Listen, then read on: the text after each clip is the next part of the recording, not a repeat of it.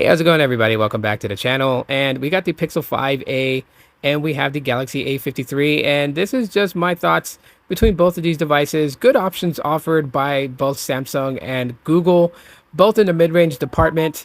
I know you could have gone with the Pixel 6a, and the Pixel 6a is not far off from the Pixel 5a, so why not? I did a blind photo test, and these are the results. The photos overlay on the device that took them. And I thought they did pretty good, except that, a lot of people's votes really gave it to the Pixel 5a. Even in this shot here, reversing it around, and the Pixel 5a was the choice that people felt was better. And I just feel like that the Pixel takes a very more crisp, clear, not overly saturated and not overly exposed, blown out shot. The Galaxy A53 did really good too, but there were certain areas where you can tell it was either overly exposed, overly blown, or just overly saturated. And these were some of the things that I talked about with Samsung devices. Pixel is supposed to be king of photography, but trust me, there are things that the Galaxy A53 does in the photography that the Pixel 5a is lacking in. You have more modes on the Galaxy A53, including the ability to kind of kick it with the Snapchat filters. I know that's not a very big deal, but when you have Snap Inc. working in tandem with Google to present features into the Snapchat app, I would figure that, these are some of the things that you could have put into the Pixel devices to make photography fun. I know a lot of serious photographers look at the Pixels and say, okay, these are great options, but let's have some fun with it too. One of the other things here that I always kind of said that Google should be doing, since, they want to hold that trophy and hold the throne to photography on a mobile device, they definitely should implement a watermark. Galaxies have them, OnePlus has them, other OEMs have them, and it just basically lets people, identify this phone. This photo was shot with a particular phone and the photographer who took it. I would love for Google Pixels, both flagship and A series, to have watermarks implemented so I can put that this photo was taken by me and that it was taken with the Google Pixel phone.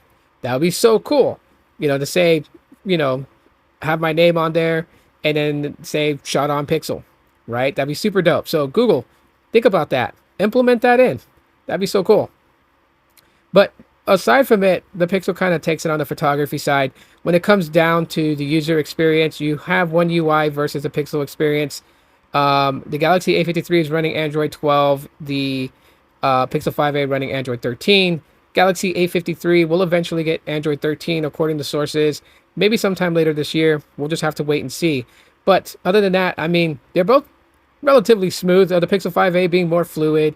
Galaxy A53 has had some hiccups here and there.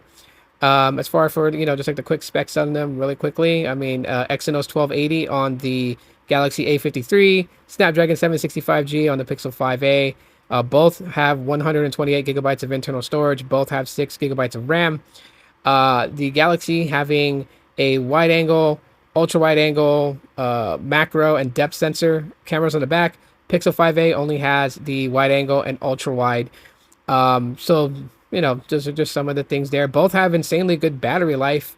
The Pixel 5a, on my usage can go almost 2 days, if not 2 days on a single charge. And the Galaxy A53 doing a battery test yesterday at 48% by the time I was going to bed is what I had remaining in battery, and screen on time was 7 hours and so odd minutes. You can see the tweet on my Twitter feed if you want to know precisely what it was. Both of them are on the T-Mobile network right now, with the Galaxy A53 using Boost Mobile's expanded T-Mobile access. And on the Pixel 5a, I have the T-Mobile network pass. So these aren't like the speeds that's reflected to the hardware in the device.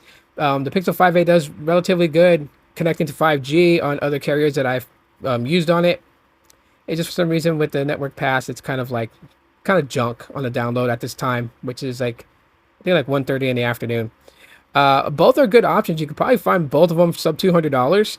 And so if you look hard enough, you'll find them. I did a great option for pickups for those people that don't want the flagships. They don't want to spend over $300 on the phone.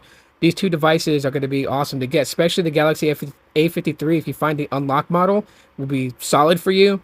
The Pixel 5a unlocked. The only downside to the Pixel 5a is that its eSIM is not supported on Verizon and on AT&T. It is supported on T-Mobile for some reason. That's strange.